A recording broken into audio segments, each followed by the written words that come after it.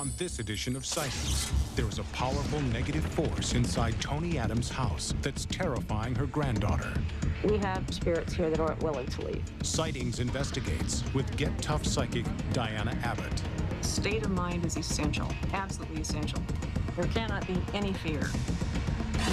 Startling new video of UFO clusters in Korea could foretell major Earth changes. These unknowns appear to be messengers of destiny. Major David Morehouse was on a fast track to Army stardom until he became a psychic spy. One of the worst things that happens to remote viewers is they develop a messiah complex. You think you're God? Yeah, you think you're God. And can near-death experiences cause the blind to see?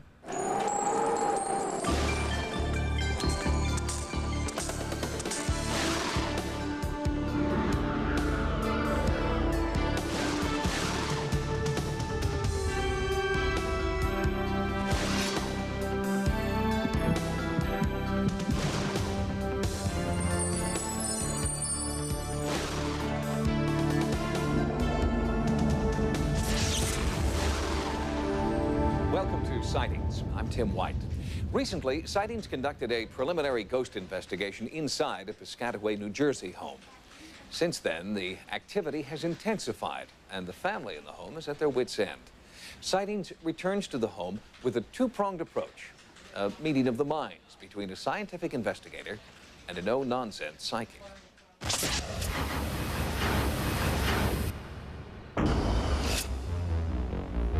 In a quiet New Jersey suburb, in this house, 3 generations of one family are being terrorized by the haunting activity of a destructive force.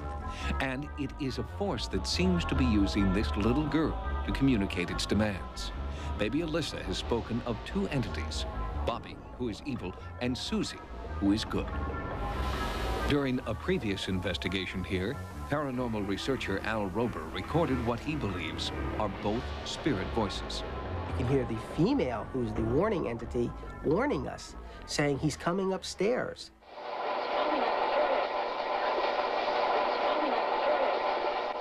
A short time later, I hear him saying the baby is staying.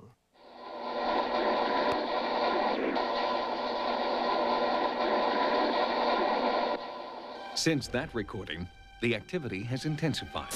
I heard a crash and came out onto the hallway and saw my picture of the beetles lying on the floor in the hallway, shattered.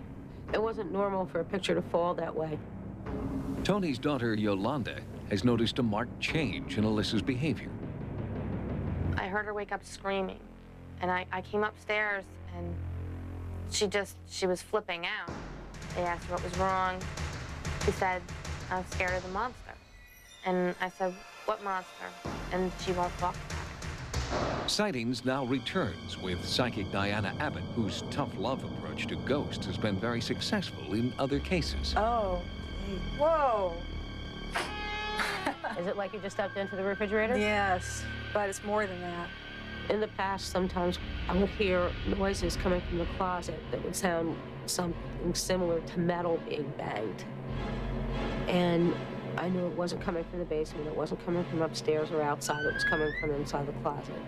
Diana agrees the closet is a hot spot, but she feels an even stronger force is present in the basement. Sometimes when I go into the basement, I get a very uncomfortable feeling because I feel like I'm invading someone else's territory and someone's watching over my shoulder, and I get this urgency to leave the downstairs and come back upstairs. Oh, there's a lot here. There's a lot here. What, this area... What's right above here? Closet. That's where the closet is, okay. As a matter of fact, is that the cat's bowl that you have back there? I would not touch that bowl for some time. That's absorbed a lot of energy. Don't touch it, just leave it. But I get female energy behind that. You've got a female manifested down here somehow. I don't like this corner at all over here. Not visited. No, As a matter of fact, I get some pretty solid manifestation. Has she mentioned anything about seeing something? Sometimes she'll say the monster. I would be concerned about it too, only because this has the ability to make itself sound like a child, so the intent isn't very positive. I think that's what's scaring her. She just doesn't know how to explain it to me. Because Diana senses the same forces that Al Rober has picked up with his electronic equipment, Al asks her to listen to his tapes. What you'll hear on the first recording is you'll hear the baby, Alyssa, in the background making baby noises. And then you'll hear a female voice calling her by her nickname, Lissy.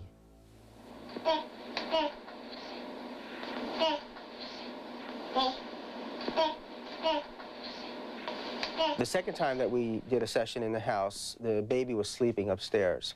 And what you'll hear again is a female voice. And she's calling to us to warn us, and she's telling us he's coming upstairs.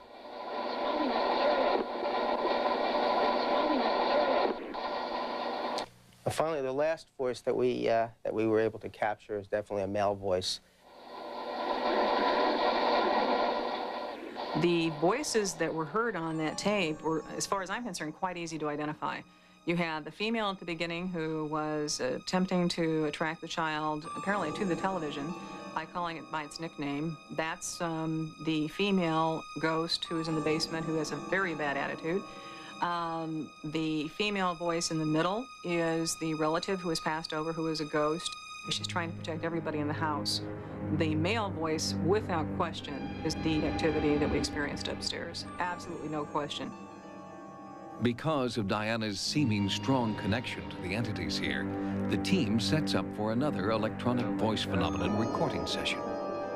Okay, we'd like to invite any spirits who are in this house right now. In the past, you've come across and given us messages.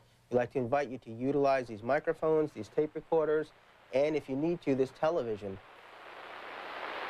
If anybody wants to communicate, this is your last opportunity to do so. From this point on, after this recording is made, our intention and our intent and what will occur is that you will be banished from this property for good.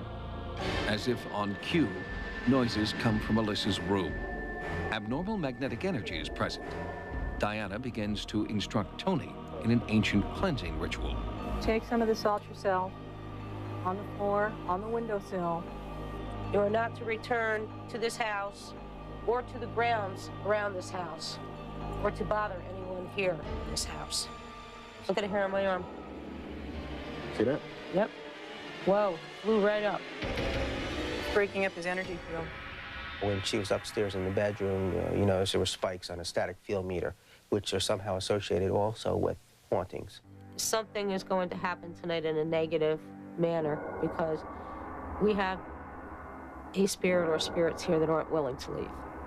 Diana continues the cleansing in the basement. There, the force makes its presence known. Look at the bowl.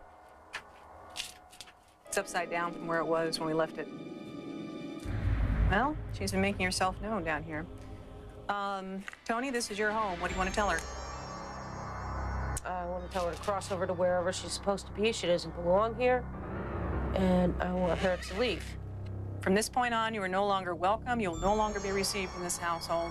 You are dead. It's time to move on. As far as I'm concerned, she doesn't exist. Good. She's gone, right? She's gone. To help baby Alyssa overcome her fear, Diana has brought a special angel toy. What this will do is give the entities in this house a less available source of energy to feed off of. It's going to make her feel more comfortable and a little bit more secure when she's by herself at night. And I just have a real strong feeling this is going to help quite a bit. She doesn't know to tell it to go away. And I may not be in the room, or I may be asleep when it comes to her. I'm hoping that the angel that Diana gave to me to give to her will help her to deal with it a little better. Yeah, I'm definitely ready to face it head on, extremely strong, and not allow him to be here. It's finally starting to take effect, and that will continue as long as they continue, one, the physical process and the verbal process, but the state of mind is essential, absolutely essential. There cannot be any fear. While the family follows Diana Abbott's advice, performing the ritual she's recommended, Al Rober is following up his investigation. The audio tapes are being subjected to additional computer analysis, and we'll have the results on a future edition of Sightings. Next, new video of a UFO in Korea. Later, the government's final report on Roswell. And another flood of biblical proportions.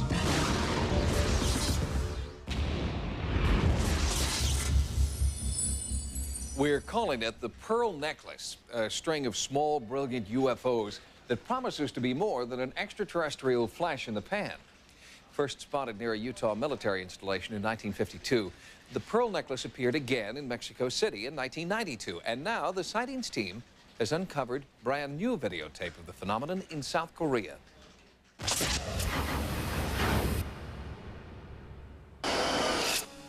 It appeared over Kapyong, 30 miles northeast of Seoul, in September 1995. At first, it was a single saucer-shaped object, but then a vertical formation of UFOs emerged and hovered for more than 4 minutes. Eyewitnesses described the UFOs as a brilliant cluster of at least 10 saucers. Right now, each ball seems to be about 100 feet in diameter and 10,000 feet in the air, moving at 700, 800, 900 miles an hour. Dilatoso has investigated UFO sightings for over 15 years and has researched the kinds of aircraft that are most often misidentified as UFOs. We think it's probably not a weather balloon that's become untethered. We think it is probably not a military project. For over a week, Dilatoso worked at ruling out what it isn't. Figuring out what it is has proven more difficult. There are 7 primary objects, 12 subordinate objects, and clusters of what looks like clouds of smaller objects, and there could be dozens of those. The point is, it's very unusual, and because of its high speed, we think it's something not normal. There's at least a conceivable possibility that the original object was actually composed of a cluster of smaller objects that were interconnected until their separation. A 40-year veteran of the aerospace industry, Froning is familiar with advanced jet propulsion systems. If this is indeed is what these might be, each of these little vehicles within the overall group have their own individual power, propulsion, guidance, and control. But, Froning points out, this is unlike any propulsion system he's ever seen. Flying fast at high altitude, the UFOs leave no contrails, and none of the objects has any visible means of propulsion. I believe these kinds of objects may be utilizing a whole new mode of propulsion, which we have not developed yet, which is called field propulsion. The theory of field propulsion suggests that flight can be achieved through manipulation of the Earth's magnetic field. But so far, scientists insist it's only a theory. Since vehicles like this are not known to have been developed any place here on this world, one might come to the just natural conclusion that they originate and can come here from distant worlds. Now, what the objects are doing is just about as mysterious as what they are. Are these balls the boundaries of some space that they're doing something to or with? This may not be an example of modes of transportation. This may be an example of work being done. And it is work that has been ongoing, some say, throughout the world for many years. In 1992, a nearly identical cluster of UFOs was spotted in Mexico City and analyzed by UFO expert Lee Elders. We've seen this before. This is not new to us. In October of 1992, we saw our first cluster of ships in the air that looked similar to these, almost identical to these. Elders claims that there have been more than 700 sightings of the Pearl Necklace since then, and an alarming pattern is becoming apparent. With the sightings come violent earth changes. They appeared en masse during the July 11, 1991 solar eclipse. They also appeared during major earthquakes. So yes, they have been known to, if we might say, predict the future or know what the future is holding and go observe. Last year's deadly earthquake in Manzanillo, Mexico, came immediately after a string of sightings. Elders believe South Korea should be prepared for anything. Such as earthquakes, volcanic eruptions, or maybe even armed conflict. These unknowns appear to be messengers of destiny in many, many situations. And these clusters are not limited to the 1990s. A sightings team recently uncovered this footage, taken in Utah in 1952. The vertical formation bears an uncanny resemblance to the Mexico and South Korea sightings 40 years after, ruling out the possibility that this is brand new, super secret technology. If Earth is being visited by people from other places, from other worlds, from other dimensions, they're speeding up the process right now. Something major is happening.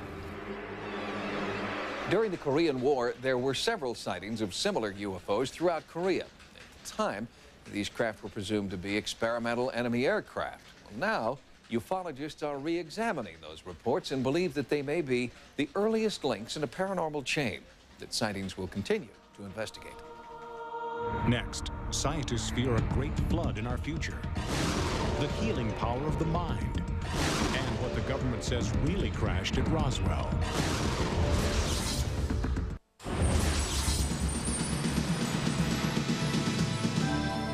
Here are some of the stories Sightings is following in the news.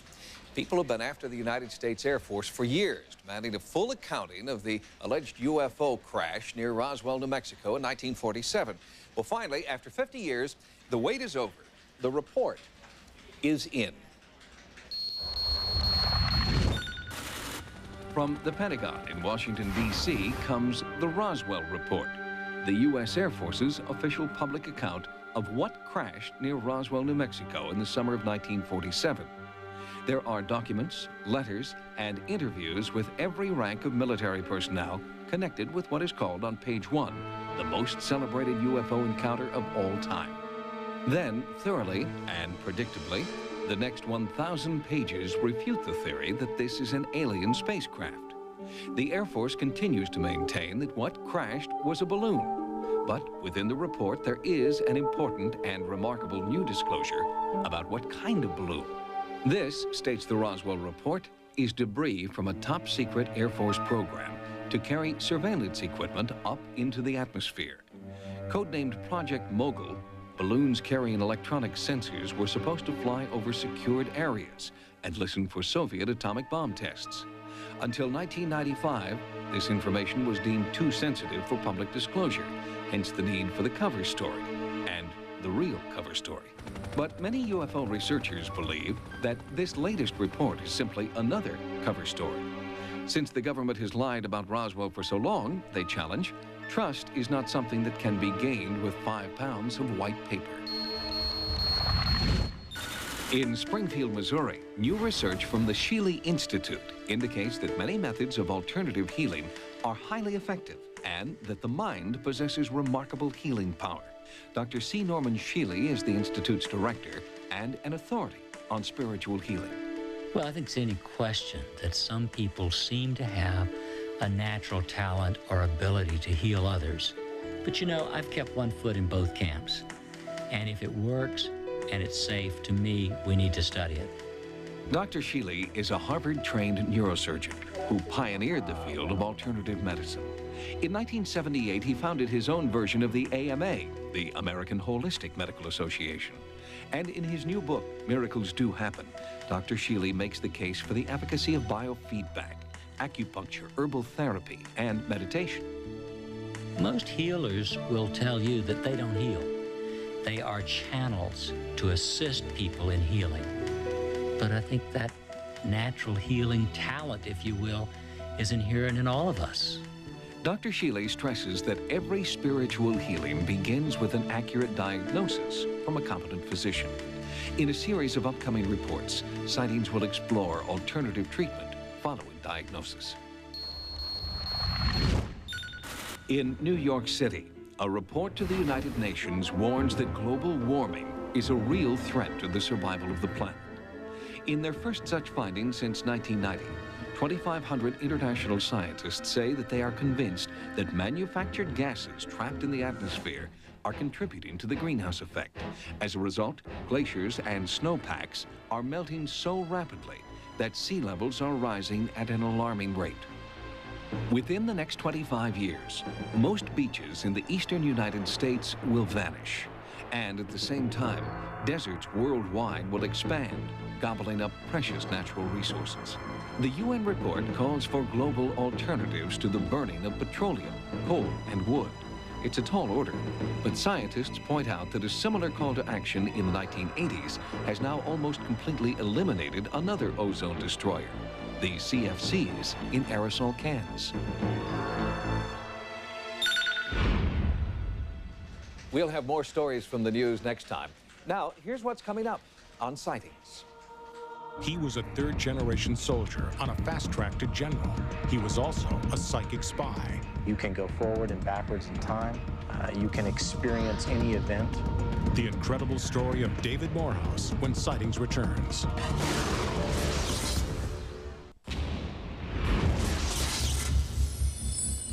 Newly declassified files and the admissions of former government employees prove that the CIA has conducted experiments with psychics at taxpayer expense.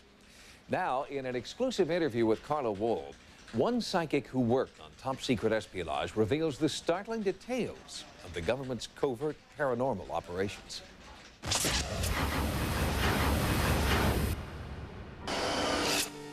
David Morehouse was considered the best the military had to offer, serving with distinction on the battlefields of Vietnam. But today, David is a civilian, discharged less than honorably by the Army he dedicated his life to.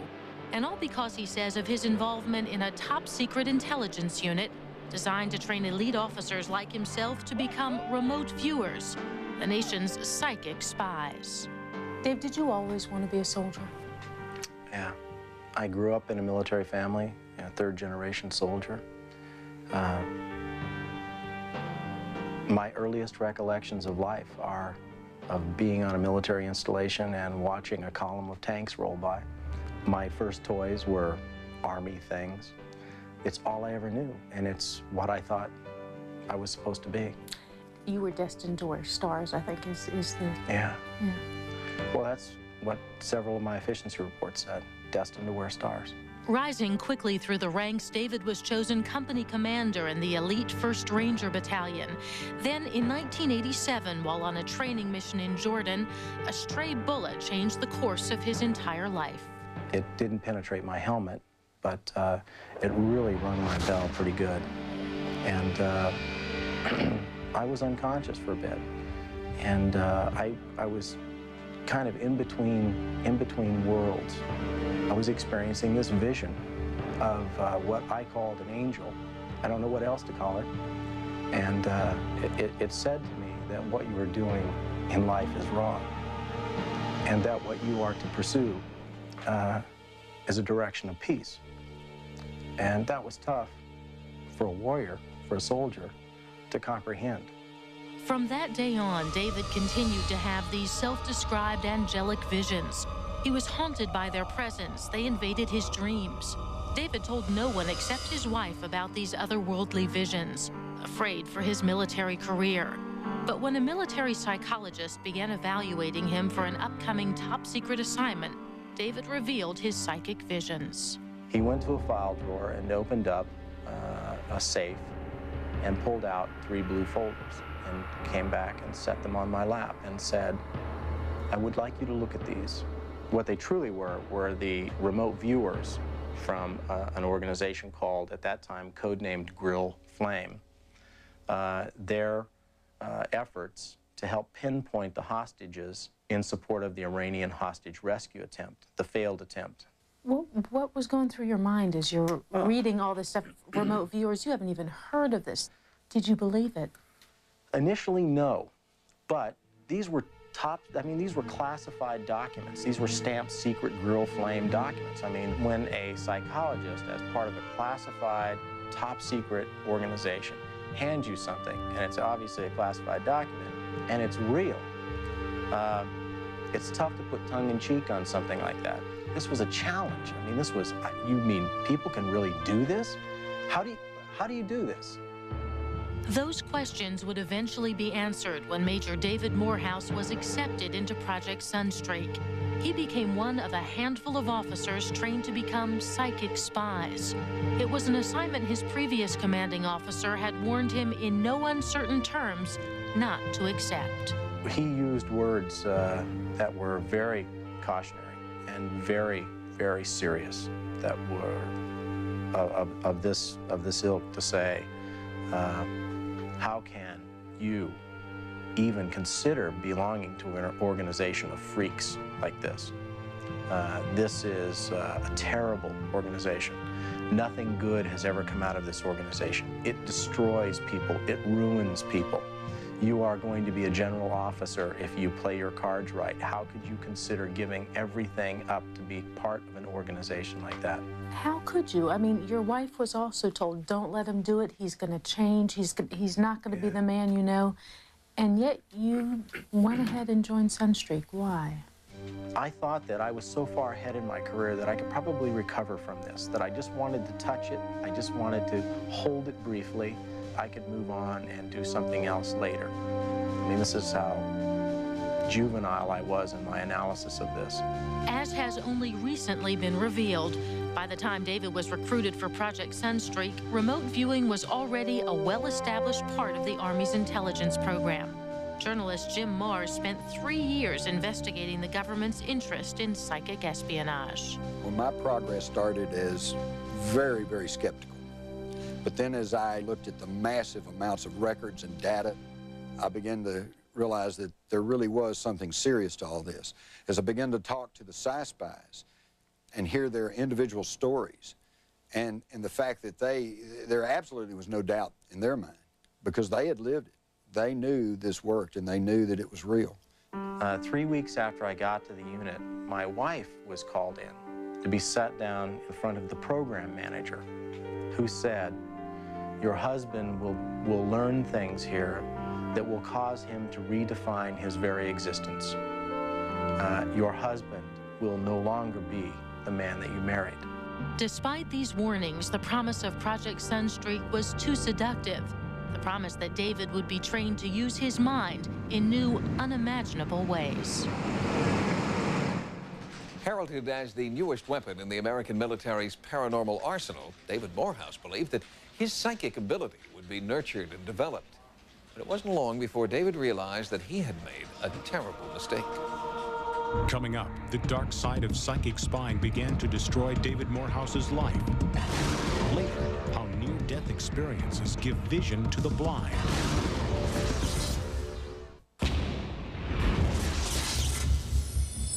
In 1988, career Army officer Major David Morehouse volunteered for a top-secret intelligence assignment codenamed Project Sunstreak. He was to be one of a handful of men chosen for training as psychic spies, learning the technique called remote viewing. It was an intriguing new job that, for David, would prove to have a life-changing dark side.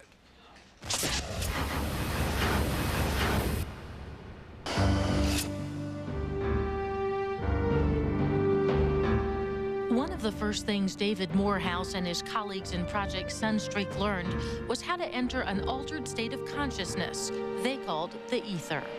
It is that word that we used to describe that place between reality and some place distant in time and space. It is like the medium that you travel in. It is the medium that you, as a phantom, as an apparition, view your target. How did they teach you to get to that place, to be able to go into the ether? Initially, you go through a long, extended period of lecture where you're taught everything that there is to know theory-wise about remote viewing. The normal human being would scratch their heads and go, well, wait a minute, that doesn't make sense. How does that work? And I asked that question often until my trainer would turn to me and say, you know, we don't know how this works, really. We just know that it does work. Project Sunstreak monitored the officers as they entered the deep state of relaxation, the ether, necessary to begin a remote viewing. The men were then given a set of coded coordinates and asked to go there, psychically, to see with the mind's eye what was happening at that location. In the years that you worked for this agency, you were sent to many, many different operational targets, including Desert Storm. What did you see there? I think probably the one that sticks most in my mind, that was most concerning to me, was the plume of smoke created by the oil fire. What I saw in this smoke plume was, and I know that others saw it as well, a biological agent that had been released into this cloud. Some remote viewers have speculated that this biological agent may be responsible for the as-yet undiagnosed illnesses suffered by Desert Storm veterans. Flight 803 over Lockerbie, Scotland. You were sent there after it came down. A few hours after that aircraft exploded, we were asked to begin work on that particular project. Several of the remote viewers drew, in their sketches, saw this radio device and saw an explosive in the radio device. A very good friend of mine, Mel Riley, who is certainly one of the best remote viewers that there ever was. I can remember him standing in the fuselage and finding himself turning to these souls that now their physical bodies obviously plummeting towards Earth. And I remember Mel trying to tell people that, you know, that they had died, that they were all gone now, that this is what had happened.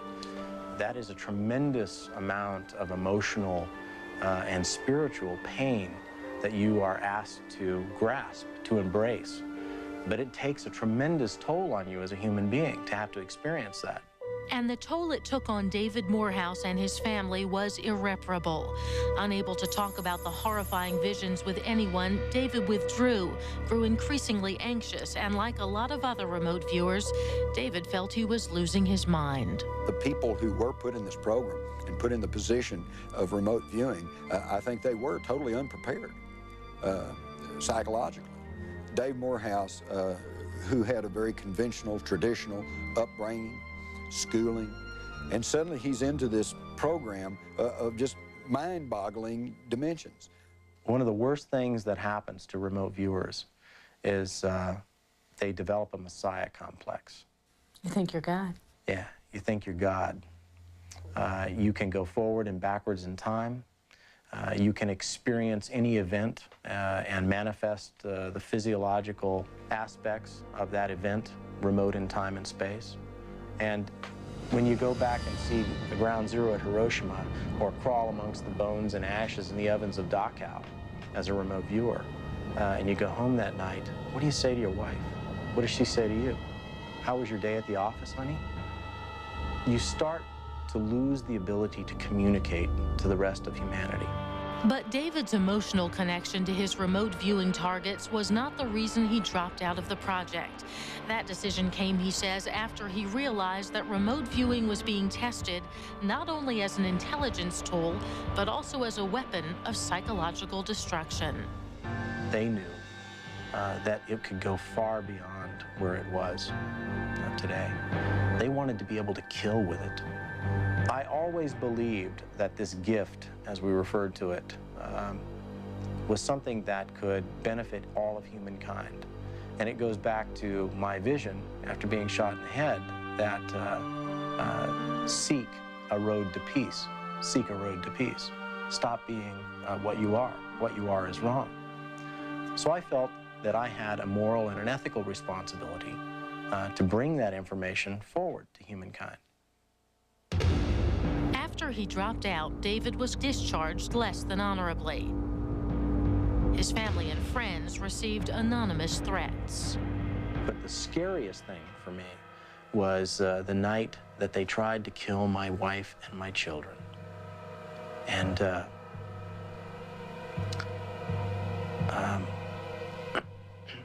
that was really tough for me to accept after I had given so much as an officer to the Army.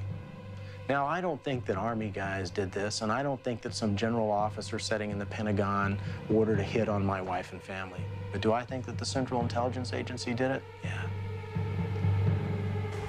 Mr. Morehouse, you're an Army man. Are you mad at the military, at the U.S. government for what they've done to your son? I'm disgusted with what they did for my son. He was a good officer, and they mistreated him. They treated him like a criminal.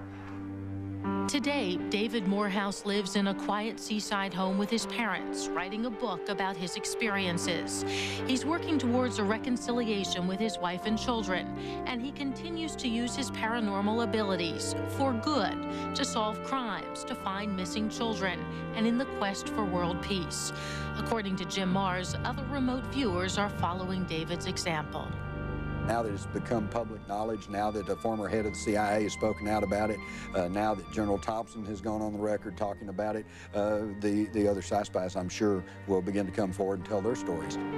All of the ones I spoke to indicated that they really thought that this was a technology that should be used for the betterment of mankind and not strictly for intelligence and war purposes. Given that remote viewing has such a tremendous capacity for good and for evil, and that you now know how to do it, when you look back at your decision to become involved, do you regret the decision? Oh, yeah. Yeah, I do. I'm sorry to say. I should be a lieutenant colonel and a battalion commander in the Army right now. And instead, I'm an outcast. I'm a monster. I'm a freak of nature. I'm something that is difficult for my wife and for my children to accept. And I am something that is difficult for me to accept. And we knew how to create these monsters, these viewers, but we don't know how to deprogram them. We don't know how to make them normal again. I just want to be normal again. Although the CIA has recommended suspending all psychic experiments, Sightings hears a different story from former remote viewers. When they turn their eyes back on the CIA, they see that the programs won't be suspended. They'll just go under deep cover. Next. Different things were different shades of brilliance. Vicki Umapeg has been blind since birth. She's never seen anything until the night she almost died.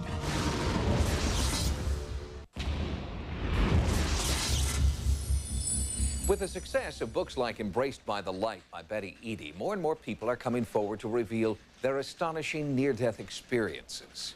And now, as Carla Wall reports, a new group of experiencers is emerging with a unique perspective on the question, what happens when we die? Jazz singer Vicki Umapeg has been blind since birth. Vicki's world is devoid of all shape, color, even light. She only sees the world through her sense of touch, and yet Vicki says she knows what it's like to have vision. Following a near-fatal car crash in 1973, Vicki says she saw with her eyes for the first and only time. At her home in Seattle, she told me about her near-death experience. After the crash, you remember being thrown out of the car, and then what do you remember? I experienced I guess you could say a clinical death or near death. Describe it to me. My first real clear recollection was finding myself up on the ceiling and looking down, and the only thing that I saw was the doctor briefly and my body, and I was on this kind of stretcher thing, and I thought, oh my Lord, am I dead or what? It was very disorienting and frightening to perceive of things from a distance like that, because I have to touch everything. And this way I was not touching anything. I was observing things from a distance, and it was quite foreign and scary and weird. It was eerie. I started feeling peaceful, and I could hear a sound like wind chimes. It was the most beautiful thing, and there was a very, very bright light that was drawing me. And as I got closer to it, it became brighter. There were different shades of brightness, is the way I could call it. Different things were different shades of brilliance. I was beginning to find it more comfortable, but at first it was terrifying. For years, I've heard rumors that the blind can actually see during near-death experiences. And it was an attempt to see whether there was any validity to this rumors that led me to do this particular study. Dr. Kenneth Ring is one of this country's leading N.D.E researchers. After interviewing Vicki Umapeg, Dr. Ring began a formal study on near-death experience and the blind. It's a paradox that people who have no concept or even history of vision can actually report being able to see. But it's that particular paradox that we want to be able to understand. And in Vicky's case, she was blind from birth. She was premature, so she's never had any vision or any concept of vision. And yet in this experience, she says unequivocally that she could see. When you had your near-death experience, did you have any visual perception during it? Sharon Cooper is the co-author of the N.D.E. study. She believes that there's compelling evidence that N.D.E. is more than random visions of a dying brain. The near-death experience seems to be an authentic experience happening to millions of people, and the common themes seem repeated regardless of the physical disability of the individual. Brad Burrows is among the congenitally blind who participated in the study. Although he was born without pupils, Brad claims he had a vivid and fully visual near-death experience after a near-fatal bout of pneumonia when he was just 8 years old. I had stopped breathing for about 4 minutes, and I became aware that my body seemed to be in a separate place from me. It was almost as if I was hovering above my body and was separated from it. As I found myself entering this new plane, however, I felt that this sensation, which I could only describe as seeing, and this light, which I only knew of as light, was so natural and normal to me that I didn't even question it. I couldn't even question it at all. In fact, I wondered why I'd never known any such sensation like it before. It seemed perfectly normal. Like other near-death experiencers, the blind report the event as positive and life-affirming. And in addition, they believe that their N.D.E. offers a promise of the gift of sight. While I was in the experience, I knew beyond the shadow of a doubt that the vision I was experiencing there would be the same vision I would experience again. You said that you're not scared of dying now. Not at all. I look forward to it. Why? Because it's going to be beautiful. I know that because I've been there enough to be aware of the fact that it is beautiful. I think it offers a great deal of hope for the rest of us because we're all limited in various ways. We're all handicapped. And the implications of our findings on near-death experiences in the blind is that whatever handicaps and limitations we suffer from here may be removed there. And I think we can all take a measure of hope from that.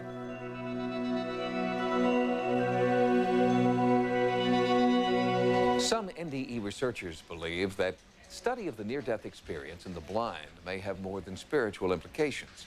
Could the vision that these patients believe is restored in death somehow be restored in life once we understand the phenomenon?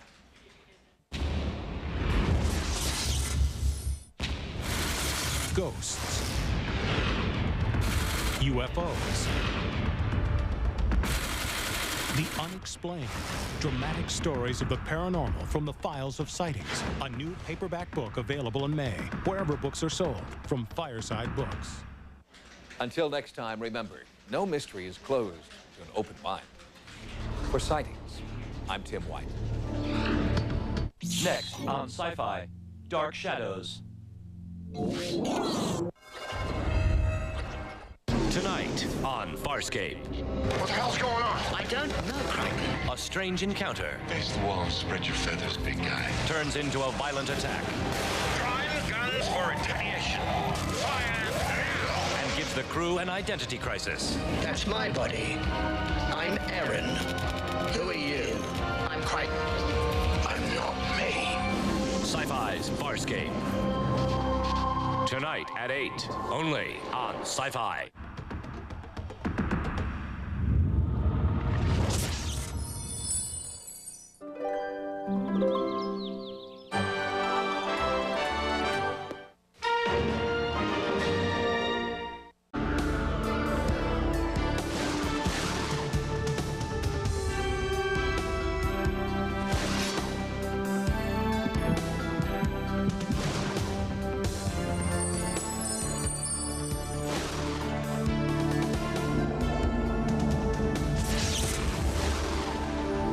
Welcome to Sightings. I'm Tim White. Recently, Sightings conducted a preliminary ghost investigation inside a Piscataway, New Jersey home. Since then, the activity has intensified, and the family in the home is at their wits' end. Sightings returns to the home with a two-pronged approach, a meeting of the minds between a scientific investigator and a no-nonsense psychic.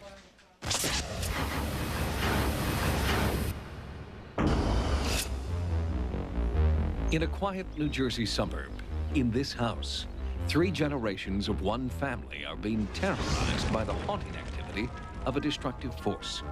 And it is a force that seems to be using this little girl to communicate its demands.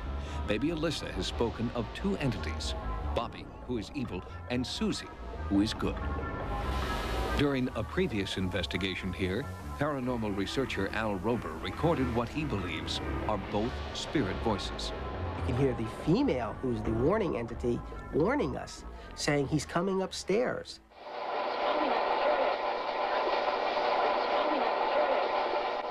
A short time later, I hear him saying the baby is staying.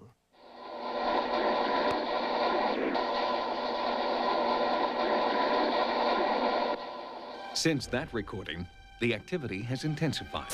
I heard a crash and came out onto the hallway and saw my picture of the beetles lying on the floor in the hallway, shattered. It wasn't normal for a picture to fall that way.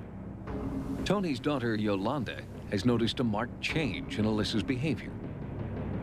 I heard her wake up screaming, and I came upstairs, and she was flipping out. They asked her what was wrong. She said, "I'm scared of the monster." And I said, "What monster?"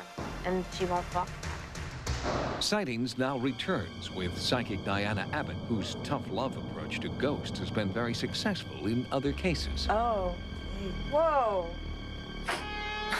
Is it like you just stepped into the refrigerator? Yes, but it's more than that. In the past, sometimes I would hear noises coming from the closet that would sound something similar to metal being banged. And I knew it wasn't coming from the basement, it wasn't coming from upstairs or outside, it was coming from inside the closet. Diana agrees the closet is a hot spot, but she feels an even stronger force is present in the basement. Sometimes when I go into the basement, I get a very uncomfortable feeling because I feel like I'm invading someone else's territory and someone's watching over my shoulder, and I get this urgency to leave the downstairs and come back upstairs. Oh, there's a lot here. There's a lot here. What,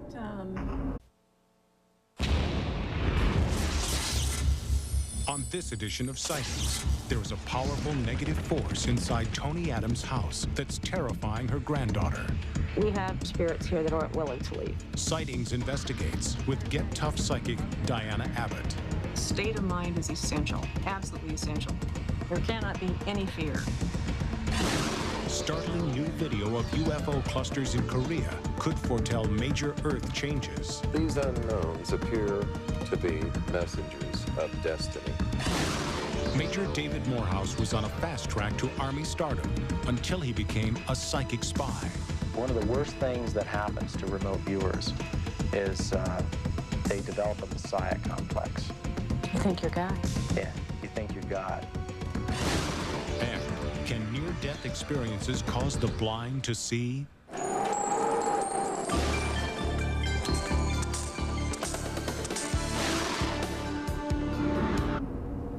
This area. What's right above here? Closet. That's where the closet is, okay. As a matter of fact, is that the cat's bowl that you have back there? I would not touch that bowl for some time. That's absorbed a lot of energy. Don't touch it, just leave it. But I get female energy behind that. You've got a female manifested down here somehow. I don't like this corner at all over here. Not visited. No, As a matter of fact, I get some pretty solid manifestation. Has she mentioned anything about seeing something? Sometimes she'll say the monster. I would be concerned about it too, only because this has the ability to make itself sound like a child. So the intent isn't very positive. I think that's what's scaring her. She just doesn't know how to explain it to me. Because Diana senses the same forces that Al Rober has picked up with his electronic equipment, Al asks her to listen to his tapes. What you'll hear on the first recording is you'll hear the baby, Alyssa, in the background making baby noises. And then you'll hear